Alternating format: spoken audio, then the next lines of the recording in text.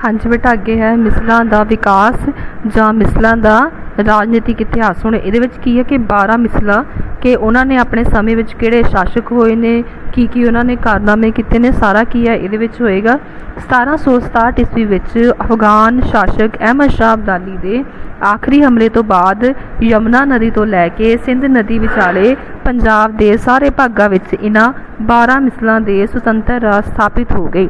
1799 ईस्वी विच महाराजा रणजीत सिंह के उभार के समय तक इन्हां प्रदेशों ते सिख मिसलों का ही शासन स्थापित रहा। डॉक्टर गोकुल चंद नारंग अनुसार निश्चय ही मुगल शासन और रणजीत सिंह के स्थिर प्रशासन के विचले खाली स्थान नूं मिसलों के शासन ने भर दिता सी। इन्हां 12 मिसलों का संखेप इतिहास इस तरह है। सो पहली मिसल सी फैजलपुरिया मिसल और नवाब कपूर सिंह, क्योंकि इसका सब तो जिहड़ा महत्वपूर्ण नेता होया है वो नवाब कपूर सिंह सीगा। यह मिसल सारिया मिसलों विचों सब तो पहला स्थापित हुई। नवाब कपूर सिंह इस मिसल के संस्थापक सी। उसने सब तो पहला अमृतसर के नेड़े फैजलपुरिया नां दे पिंड उत्ते कब्जा कर लिया। इस पिंड का नां सिंहपुर रख दिता गया, इसलिए इस मिसल का नां फैजलपुरिया जां सिंहपुरिया पै गया। हुण मतलब की सीगा कि जिहड़े नवाब कपूर सिंह ने सब तो पहला इसे मिसल की स्थापना की सी। सो इनू सिंहपुरिया मिसल भी कहते हैं और फैजलपुरिया मिसल भी कहते हैं। हाँ जी बेटा, अगे है नवाब कपूर सिंह। कपूर सिंह का जन्म 1697 ईस्वी विच शेखपुरा परगने के कालोका पिंड विच होया। सो कालोके बोलते हैं, कालोका भी बोलते हैं। उसदे पिंड उसके पिता चौधरी दलीप सिंह विरक सन, जो एक सधारण जट सन। कपूर सिंह बचपन विच शहीदी तो बाद कपूर सिंह सिखां दे पहले वड्डे नेता सन। उन्होंने मुगलों विरुद्ध सिखां राही कीतियां गईयां लड़ाइयां विच प्रमुख भाग लिया। 1733 ईस्वी विच उन्हां दे पंजाब मुगल सूबेदार जकरिया खां तो नवाब दा अहुदा ते 1 लाख रुपए सालाना आमदन वालों जगीर प्राप्त हुई। सो की सीगा कि जिहड़े नवाब कपूर सिंह सीगे कि इन्हां यही जिहड़े ने कि नेता सीगे कपूर फैजलपुरिया मिसल दे और जकरिया खान तो की इन्हां नूं खास जिहड़ी एक उपाधि मिलती है, 1 लाख रुपए की जिहड़ी वो जगीर भी प्राप्त होती है। सो इस तरीके दे नाल की इन्हां दा नाम नाल नवाब लगदा है। अगे है एक महान संगठनकर्ता और उत्साही धर्म प्रचारक। नवाब कपूर सिंह एक योग संगठनकर्ता सन। 1734 ईस्वी विच उन्होंने सिख दे बुढ़ा दल ते तरुणा दल नां दे दल बनाए। उन्होंने बड़ी रोचक योगता सियाणप नाल इन्हां दोहां दलों की अगवाई की। 1748 ईस्वी विच उन्होंने सिखां दे 65 जत्थियां नूं संगठित करके 11 शक्तिशाली जत्थे बनाए। उन्होंने दल खालसा कहा जाण लगा। बिरध हो जाण कारण नवाब कपूर सिंह ने जस्सा सिंह आलूवालिया नूं इस नवे संगठन का प्रधान सेनापति नियुक्त किया। नवाब कपूर सिंह एक योग सैनिक नेता के नाल एक उत्साही धर्म प्रचारक भी सन।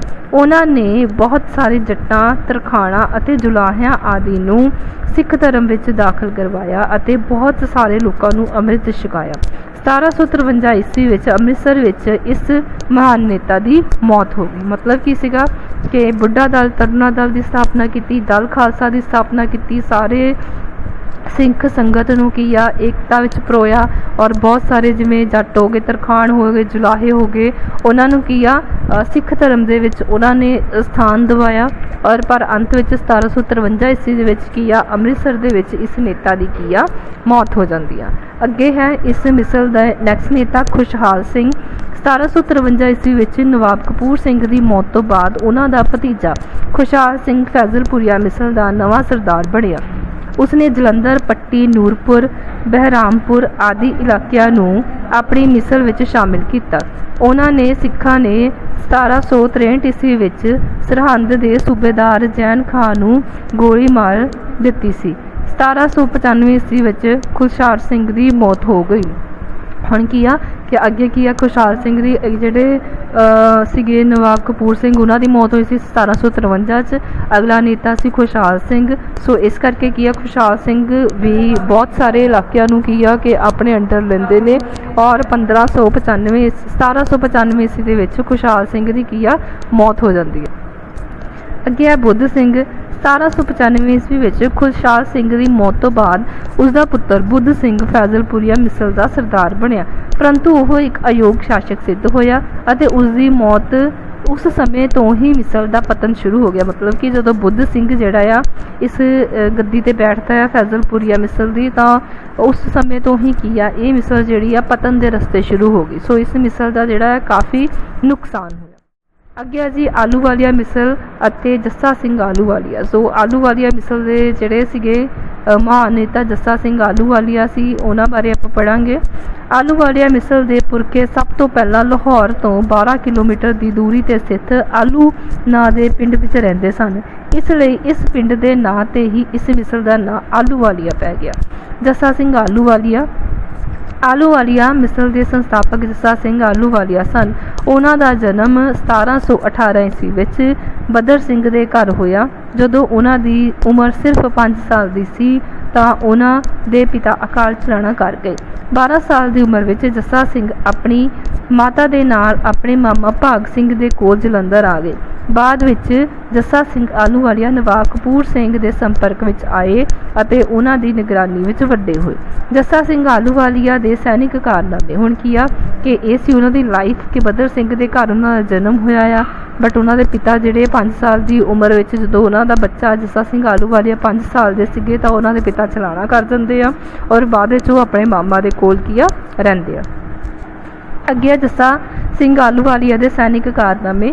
1738 ਈਸਵੀ ਵਿੱਚ ਜੱਸਾ ਸਿੰਘ ਆਹਲੂਵਾਲੀਆ ਦੀ ਗਿਣਤੀ ਇੱਕ ਮਹਾਨ ਸਿੱਖ ਨੇਤਾ ਦੇ ਰੂਪ ਵਿੱਚ ਹੋਣ ਲੱਗੀ। 1739 ਈਸਵੀ ਵਿੱਚ ਜੱਸਾ ਸਿੰਘ ਆਹਲੂਵਾਲੀਆ ਦੀ ਅਗਵਾਈ ਹੇਠ ਸਿੱਖਾਂ ਨੇ ਨਾਦਰ ਸ਼ਾਹ ਦੀ ਫੌਜ ਉੱਤੇ ਹਮਲਾ ਕਰਕੇ ਬਹੁਤ ਸਾਰਾ ਧਨ ਲੁੱਟ ਲਿਆ।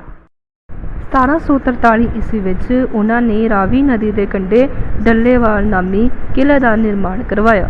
1747 ਈਸਵੀ ਵਿੱਚ ਜੱਸਾ ਸਿੰਘ ਆਹਲੂਵਾਲੀਆ ਦੀ ਅਗਵਾਈ ਵਿੱਚ ਸਿੱਖਾਂ ਨੇ ਕਸੂਰ ਅਤੇ ਜਲੰਧਰ ਨੂੰ ਲੁੱਟਿਆ।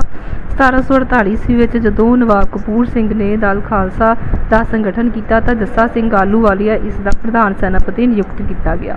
1753 ਈਸਵੀ ਵਿੱਚ ਨਵਾਬ ਕਪੂਰ ਸਿੰਘ ਦੀ ਮੌਤ ਤੋਂ ਬਾਅਦ ਜੱਸਾ ਸਿੰਘ ਆਹਲੂਵਾਲੀਆ ਪ੍ਰਧਾਨ ਸੈਨਾਪਤੀ ਦੇ ਨਾਲ ਨਾਲ ਸਰਬੱਤ ਖਾਲਸਾ ਦਾ ਸਰਵਉੱਚ ਨੇਤਾ ਬਣ ਗਏ। ਅਹਿਮਦ ਸ਼ਾਹ ਅਬਦਾਲੀ ਦੇ ਹਮਲੇ ਸਮੇਂ ਜੱਸਾ ਸਿੰਘ ਆਹਲੂਵਾਲੀਆ ਨੇ ਸਿੱਖਾਂ ਦੀ ਯੋਗ ਅਗਵਾਈ ਕਰਕੇ ਖਾਲਸਾ ਪੰਥ ਦੀ ਮਹਾਨ ਸੇਵਾ ਕੀਤੀ।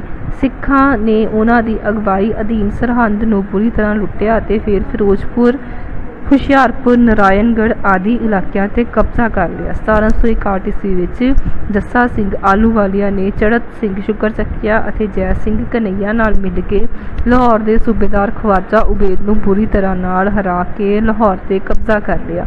ਜੈ ਸਿੰਘ ਕਨ੍ਹਈਆ ਨਾਲ ਮਿਲ ਕੇ ਲਾਹੌਰ ਦੇ ਸੂਬੇਦਾਰ ਖਵਾਜਾ ਉਬੇਦ ਨੂੰ ਬੁਰੀ ਤਰ੍ਹਾਂ ਹਰਾ ਕੇ ਲਾਹੌਰ 'ਤੇ ਕਬਜ਼ਾ ਕੀਤਾ।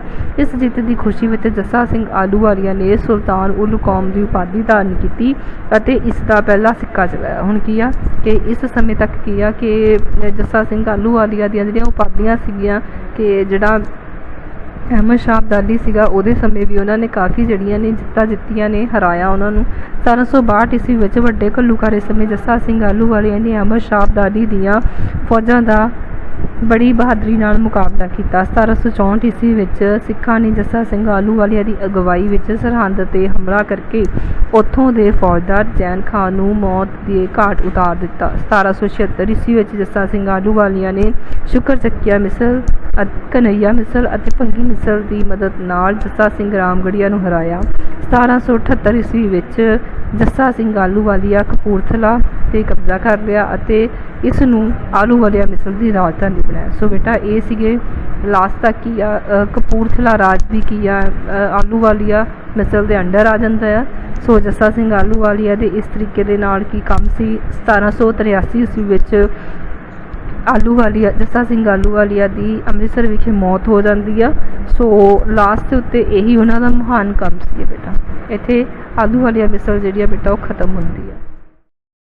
ਹਾਂਜੀ, ਗੁੱਡ ਮਾਰਨਿੰਗ ਸਟੂਡੈਂਟਸ। ਬੇਟਾ ਜੋ ਅੱਜ ਆਪਾਂ ਮਿਸਲ ਪੜ੍ਹਨ ਜਾ ਰਹੇ ਹਾਂ ਸ਼ੁਕਰ ਚੱਕਿਆ ਮਿਸਲ, ਜਿਨ੍ਹਾਂ ਦਾ ਮਹਾਰਾਜਾ ਰਣਜੀਤ ਸਿੰਘ ਦੇ ਨਾਲ ਕਿਸੇ ਸੰਬੰਧ ਸੀਗਾ। ਇਹ ਪੜ੍ਹਾਂਗੇ ਅੱਜ ਆਪਾਂ ਮਿਸਲ।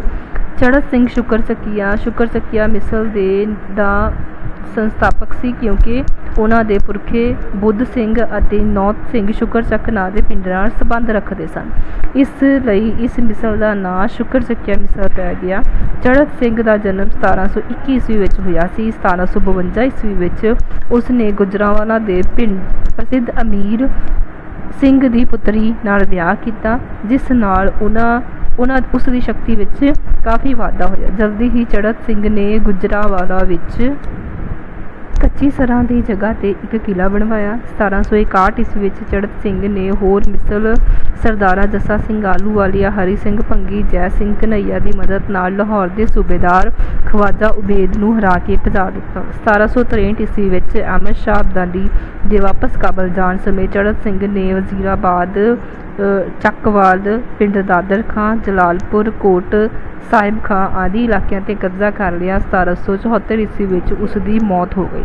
ਸੋ ਬੇਟਾ ਇਹ ਸੀਗੇ ਚੜ੍ਹਤ ਸਿੰਘ ਦੇ ਕੰਮ, ਤੇ ਚੜ੍ਹਤ ਸਿੰਘ ਨੇ ਆਪਣੇ ਟਾਈਮ ਪੀਰੀਅਡ ਦੇ ਵਿੱਚ ਕੀ ਕੀਤਾ ਸੀ। ਨੈਕਸਟ ਹੈ ਮਹਾਂ ਸਿੰਘ। 1774 ਈਸਵੀ ਵਿੱਚ ਚੜ੍ਹਤ ਸਿੰਘ ਦਾ 10 ਸਾਲਾਂ ਦਾ ਪੁੱਤਰ ਮਹਾਂ ਸਿੰਘ ਸ਼ੁਕਰ ਚੱਕੀਆ ਇਸ ਮਿਸਲ ਦਾ ਨਵਾਂ ਨੇਤਾ ਬਣਿਆ। ਉਸ ਦਾ ਸ਼ਾਸਨ ਪ੍ਰਬੰਧ ਉਸ ਦੀ ਮਾਂ ਮਾਈ ਦੇਸਾਂ ਚੜ੍ਹਤ ਸਿੰਘ ਦੀ ਵਿਧਵਾ ਇਸਤਰੀ ਦੇਖਿਆ ਕਰਦੀ ਸੀ। 1780 ਈਸਵੀ ਵਿੱਚ ਮਹਾਂ ਸਿੰਘ ਦੇ ਸ਼ਾਸਨ ਪ੍ਰਬੰਧ ਆਪਣੇ ਹੱਥ ਵਿੱਚ ਲੈ ਲਿਆ। ਮਹਾਂ ਸਿੰਘ ਅਹਿਮਦ ਸ਼ਾਹ ਅਬਦਾਲੀ ਦੁਆਰਾ ਗੁਜਰਾਂਵਾਲਾ ਦੇ ਨਸ਼ਟ ਕੀਤੇ ਹੋਏ ਕਿਲ੍ਹੇ ਦਾ ਦੁਬਾਰਾ ਨਿਰਮਾਣ ਕੀਤਾ। ਰਸੂਲਪੁਰ ਅਤੇ ਅਲੀਪੁਰ 'ਤੇ ਜਿੱਤ ਪ੍ਰਾਪਤ ਕਰਕੇ ਇਹਨਾਂ ਦਾ ਨਾਂ ਕਰਮਵਾਲ, ਰਾਮਨਗਰ ਅਤੇ ਅਕਾਲਗੜ੍ਹ ਰੱਖਿਆ ਗਿਆ। ਉਸ ਨੇ ਮੁਲਤਾਨ, ਸ਼ਾਹੀਵਾਲ ਅਤੇ ਜੰਮੂ ਵਿੱਚ ਵੀ ਲੁੱਟ ਮਾਰ ਕੀਤੀ। 1784 ਈਸਵੀ ਵਿੱਚ ਬਟਾਲਾ ਦੇ ਨੇੜੇ ਮਹਾਂ ਸਿੰਘ ਦੀ ਘਨੱਈਆ ਮਿਸਲ ਦੇ ਨਾਲ ਭਿਆਨਕ ਲੜਾਈ ਹੋਈ। ਇਸ ਲੜਾਈ ਵਿੱਚ ਜੈ ਸਿੰਘ ਘਨੱਈਆ ਦੇ ਪੁੱਤਰ ਗੁਰਬਖਸ਼ ਸਿੰਘ ਦੀ ਮੌਤ ਹੋ ਗਈ, ਪਰੰਤੂ ਕੁਝ ਸਮੇਂ ਬਾਅਦ ਜੈ ਸਿੰਘ ਘਨੱਈਆ ਅਤੇ ਮਹਾਂ ਸਿੰਘ ਵਿੱਚ ਮਿੱਤਰਤਾ ਕਾਇਮ ਹੋ ਗਈ ਅਤੇ ਮਹਾਂ ਸਿੰਘ ਦੇ ਪੁੱਤਰ ਰਣਜੀਤ ਸਿੰਘ ਅਤੇ ਜੈ ਸਿੰਘ ਘਨੱਈਆ ਦੀ ਪੋਤੀ ਮਹਿਤਾਬ ਕੌਰ ਦਾ ਵਿਆਹ ਹੋਣਾ ਨਿਸ਼ਚਿਤ ਕਰ ਦਿੱਤਾ ਗਿਆ। ਇਸ ਵਿਆਹ ਤੋਂ ਪਹਿਲਾਂ 1792 ਈਸਵੀ ਵਿੱਚ ਮਹਾਂ ਸਿੰਘ ਦੀ ਮੌਤ ਹੋ ਗਈ। ਸੋ ਕੀ ਸੀਗਾ ਕਿ ਮਹਾਂ ਸਿੰਘ ਦੀ ਲਾਸਟ ਕੀ ਸੀ 1792 ਈਸਵੀ ਵਿੱਚ ਮੌਤ ਹੋ ਜਾਂਦੀ ਆ।